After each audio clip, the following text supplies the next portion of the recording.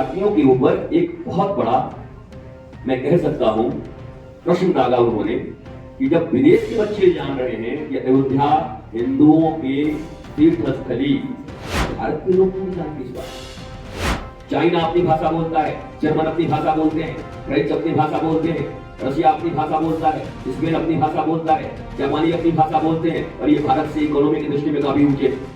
अंग्रेजी बोल गया वही, और धोती कुर्ता पहन करके आपके दादा, आपके पिताजी खेती करते, किसानी करते, आप उनको कहते कैसे जब रहते हो, और वो टाइम पहन करके घूस लेता है ऑफिसों में, आप उसको जेंटलमैन कहते हो।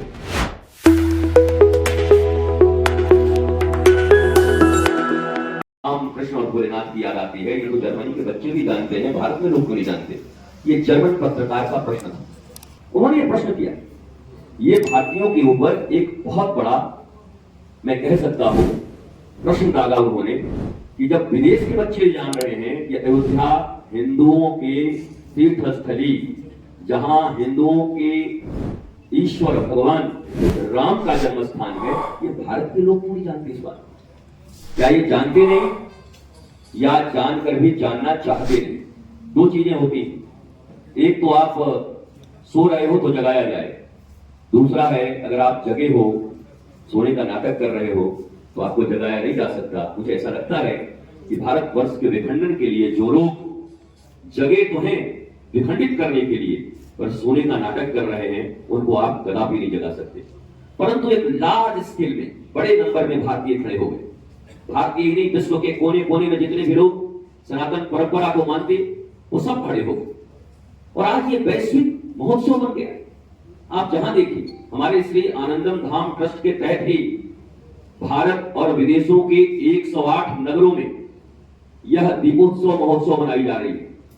कनाडा हो, ऑस्ट्रेलिया हो, यूएस हो, यूके हो, सब जगह, सऊदी तक में दीपोत्सव मनाया जाएगा। और ये महामहोत्सव कोई सरकारी महोत्सव नहीं है।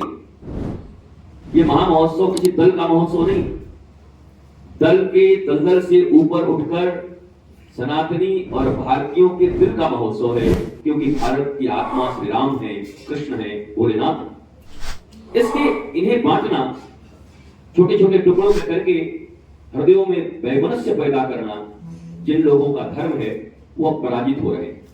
इसी विषय को लेकर के मैंने उत्तर, दक्षिण, पूर्व, पश्चिम भारत के चारों कोनों में, अभी 4 दिन पहले मैं कर्नाटका में था। मैं देखना चाहता था कि क्या कर्नाटका के लोगों को भी वही उत्साह है, या जो कन्नड़ बोलते, कभी कोई तमिलनाडु में तमिल बोलते, जो मलयालम बोलते, जो केरला के लोग हैं, क्या वो भी ऐसे ही उत्साहित है, या सिर्फ अयोध्या के 4-5 जिलों के आसपास में उत्साह बना हुआ है? आप जानकर हैरान होंगे, आप तो पत्रकार हैं, वहां के टीवी चैनलों से आपके संबंध होंगे, जरा पूछिए कि वहां के लोग भाषा अलग है, प्रकट करने के तरीके अलग है, पर इमोशनली पूरा भारत एक है। उनके भी आंखों में आंसू हैं, भगवान श्री राम के मंदिर के बन जाने के खुशी के आंसू, प्राण प्रतिष्ठा के आंसू। जो कभी असंभव लगता था, वो भारत मंदिर, राष्ट्र मंदिर, राम मंदिर, विश्व मंदिर का निर्माण जिन लोगों ने किया, ये केवल किसी एक व्यक्ति के कारण नहीं हो सकता। ये उन लोगों का भी कारण है जो लोग आपके गलियों में कभी सरस्वती पूजा रखते, कभी दुर्गा पूजा रखते, कभी हनुमान यात्रा निकालते, कभी राम यात्रा निकालते, जिनको डाइनिंग टेबल और डाइनिंग ड्राइंग रूम में बैठे हुए वो तथाकथित सो कॉल्ड भारतीय लोग, जो उनको आवारा कहते, चंदाखोर कहते, कि नहीं आवारा लोग कहां हैं, दिन रात पूजा रखते रहते हैं, ये चंदाखोर लोग हैं। आज उनको भी याद करने का समय है कि उन लोगों ने मैकोले की शिक्षा पद्धति के बाद भी भारत की आत्मा, भगवान राम, कृष्ण, सरस्वती जो विद्या की देवी है, इन लोगों के प्रतिमा और प्रतीकों को जिंदा रखा। सारे भारत को उनके लिए थैंकफुल होना चाहिए, जिनको हमने चंदाखोर कह के और आवारा कह करके उनको बाहर कर दिया। ये टाई और कोट लगा करके कुछ लोग भारत के भारतीयता को और सनातन संस्कृति को आगे नहीं बढ़ा सकते। मैं टाई की जब बात करता हूँ तो एक बात जरूर करता हूँ, ये साइबेरियन कंट्री में नाक पोंछने के लिए बनाया गया था, पर आज तो टाई लगा करके जेंटलमैन बन जाते हैं। टाई लगा दिया, धोती कुर्ता कोई पहन लिया तो बड़ा प्राचीन बन गया, बड़ा ओल्ड हो गया। तो चूंकि मैकॉले ने कहा था कि भारत शरीर से आजाद होगा, पर मानसिक रूप से इसको हम गुलाम रखेंगे सैकड़ों वर्षों तक, और वो मानसिक गुलामी देसी मुर्गी विलायती बोल अंग्रेजी के चक्कर में, अंग्रेजियत के चक्कर में वो आज भी हमारे भीतर में विद्यमान है। भारत के साथ साथ दुनिया में केवल 7 से 9 देश अंग्रेजी बोलते, और इसको ग्लोबल लैंग्वेज घोषित कर दिया सबने। चाइना अपनी भाषा बोलता है, जर्मन अपनी भाषा बोलते हैं, फ्रेंच अपनी भाषा बोलते हैं, रशिया अपनी भाषा बोलता है, स्पेन अपनी भाषा बोलता है, जापानी अपनी भाषा बोलते हैं, और ये भारत से इकोनॉमी की दृष्टि में काफी ऊंचे। इनकी देशभक्ति पर कोई शक नहीं कर सकता। यह बड़े विकसित राष्ट्र है, ये तो हिंदी अंग्रेजी नहीं बोलते। अगर अंग्रेजी ही मॉडर्निटी की पहचान है तो ये बिल्कुल नहीं बोलते, पर इनकी इकोनॉमी अच्छी, इनमें राष्ट्रभक्ति अच्छी।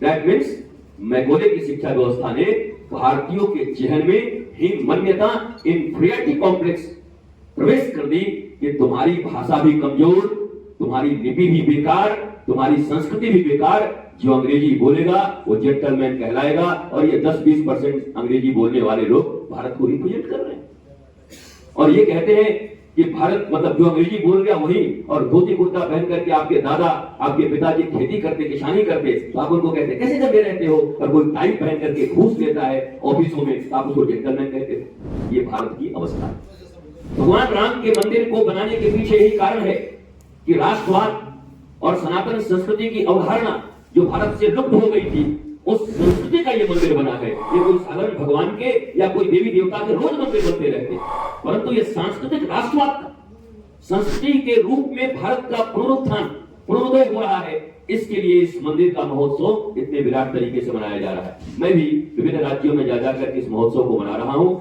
अयोध्या में उपस्थिति रहते हुए, उस दिन भी 4 राज्यों में रहते हुए लाखों लोगों के बीच ये दीपोत्सव मनाएंगे, और उन लोगों को सिर्फ ये कहना चाहेंगे आपके टीवी चैनलों के माध्यम से, चूंकि आप संवाद को दूर दूर तक फैलाते हो, आप लोकतंत्र के चौथे स्तंभ हो, और आपको मैं कहूं तो पवन देव की तरह गुलाब की खुशबू को अगर लोगों के नासिका तक कोई पहुंचाता है तो पवन पहुंचाते हैं हवा, वैसे ही इस देश के सुगंध को अगर जन जन तक कोई पहुंचाता है तो पत्रकार है, वो मीडिया है, वही उस खुशबू को पहुंचा सकते हैं। इसलिए पत्रकार सम्मेलन आयोजित किए जाते हैं। मैं इतनी ही बात कहने आपके पास आया था।